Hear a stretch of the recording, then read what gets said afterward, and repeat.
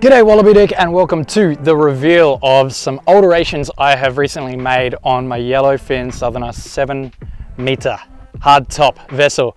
I've had this vessel for about 2.5 years now. A lot of people go out there and want a hardtop boat and don't want it to be too big, too small, want that security inside the cabin. And this boat just in general offers all of that and plenty of deck space for game fishing, which is a lot of the fishing that I get up to. I have just picked the boat up from some conversions that I've had done to it.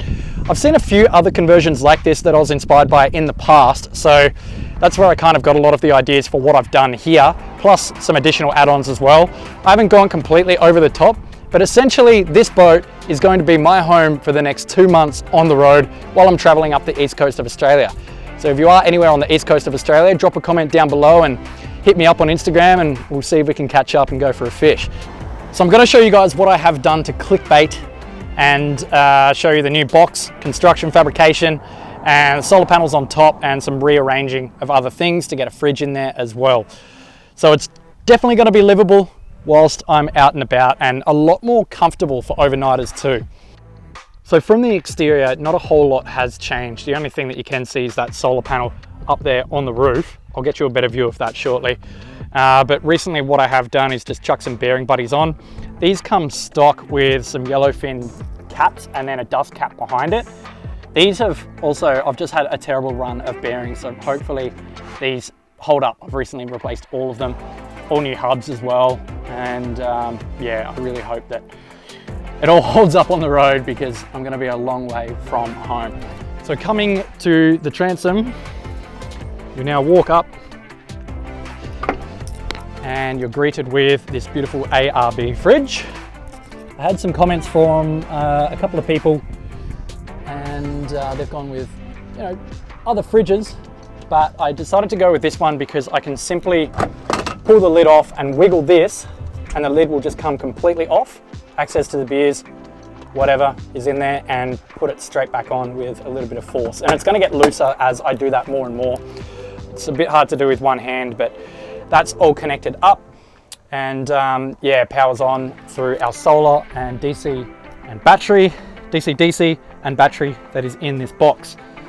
This box is the new main feature. What I love about it is that there's a lot of room. If I'm here in captain's seat and I quickly need to run back and touch something in the spread, other people can be sitting here with multiple people and you can all get up just as quickly, get down to the rods and the spread, whatever's going on. And you can just sort of sit here and still have plenty of room to walk through. So that opens up a fair bit of space rather than having two of these chairs. This fabrication came about just with a concept that I saw from a friend and then just decided to do something pretty similar. Something I still need to get fixed up is this actually extends and turns into a bit more of a day bed. And if you're doing your overnighters, then you could probably sleep one person on here.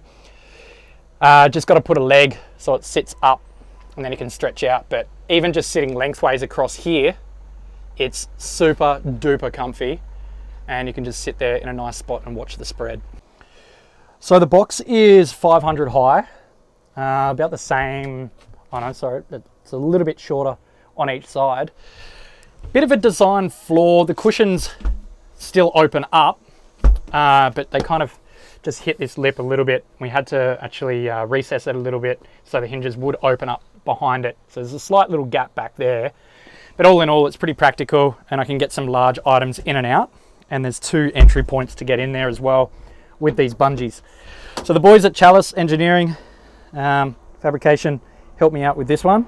Thanks again to those guys. This is where my DC and battery with 120 amps is pumping out of, with my controllers and my Anderson plugs to the fridge and everything else wired up nice and tight and neat. Thank you to Matt Simmons for doing that. So I love this box and I love the idea and concept of it because you just can never have enough storage, and especially when you're living out of a boat, I can put more tote containers in here and essentially yeah, just get what I need as I please. It is absolutely disgusting and messy up here, but this is where I'll be sleeping the majority of the time and each night. I have just put just a little screw-on tabletop here so I can rest my laptop and, you know, do a bit of work if I want to sit up in here if it's not too hot. And I've also got some fans up above me here so they can come down and sit on here if I'm just hanging out and I want some airflow coming through. Another alteration that I had was the hatch. I've recently installed a new hatch on this. The one that came stock standard a couple of years ago, they were not the best.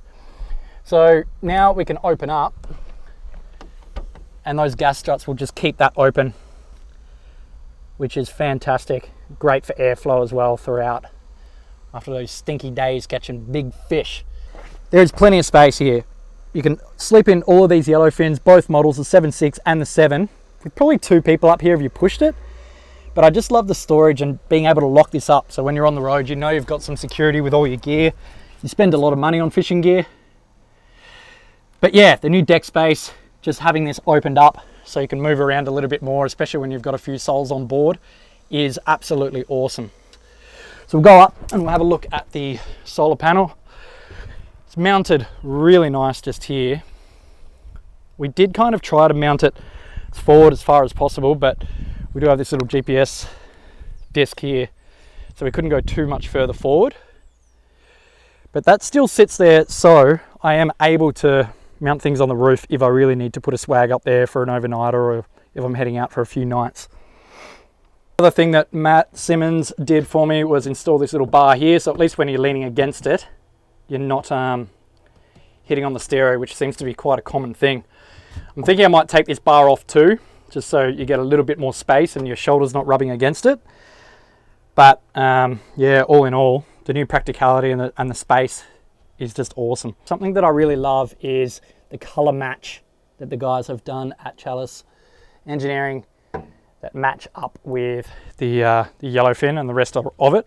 I'm going to get a bit of touch-up paint from here. The cray pots and all sorts have hit this over the last couple of years of use, and there's about 800 hours on this vessel already. But yeah, anyway, back to the box. What I love is that even when the cushion's off, you've just got so much more room to get your tote containers in and out and your access to get in there. How is this for a messy bait board? That needs a little bit of love before I hit the road. Way too many tools. At least, you know, you can tell that I've tried to organize some things with a little bit of labeling. But over the next couple of weeks, I'm definitely going to sort it out. Another addition to the boat, probably 2 months ago, is I actually put these outriggers on, some Vipers, and they sit up quite well just up the front there. I never take them off and I just bungee strap them down. And yeah, I've caught a whole lot of tuna on these already. They do the job, nice and lightweight. I haven't cracked any because I like to pack them away or stow them when I am in, you know, some chop.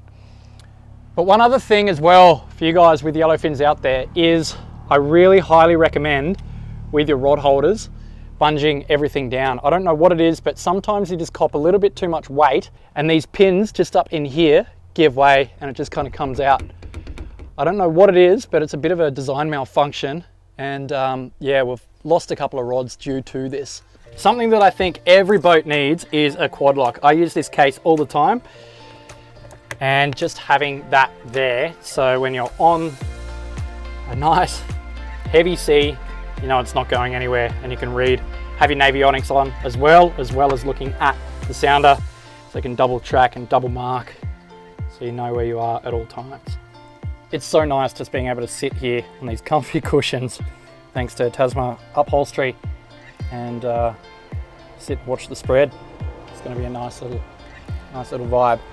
One other thing that I was going to do, but I think this little desk is going to suffice. I just need to make some more modifications to it so I can work on the road. I'm a business owner and being able to run the team. I'll have this come out here with the desk sort of facing so I can have my laptop here and video edit and whatnot. Have a little bit of a bench to eat on as well whilst I'm sitting on the new box. So that's pretty cool as well. A fair bit of thought has gone into this. I haven't gone over the top, but all of those quintessentials have been rectified with a bit more thought. So when I am on the road, it's going to be a little bit more luxurious whilst I'm camping on my way up the east coast of Australia. A lot of people consistently ask me my honest thoughts on the Yellowfin Southerners, and to be completely honest, for the price range that they sit at, they are an excellent boat. It's going to be a lot hotter being in this in warmer weather, but for Tassie climate, this is the perfect all-round boat. You obviously won't take it up on the lakes, on the Central Highlands, although you probably could, But for everything out on the ocean or your estuaries, it's fantastic. And just having that extra security down here in Tassie, nice high gunnels as well for you to lean on. Doesn't hurt too much when your thighs are on it. It's a fantastic boat, and I do recommend them and I do rate them. This is the largest boat that I've ever had, but the reason why I bought it is just so I can do those overnighters. Now it's just going to be so much more convenient to do that as well. There's no complaints here at all. I love it, and if you've seen the episode I've done with Captain Magazine, there's a link just here if you guys would like to watch my review of the boat for a little bit more of an in-depth. But yeah, that's my honest opinion.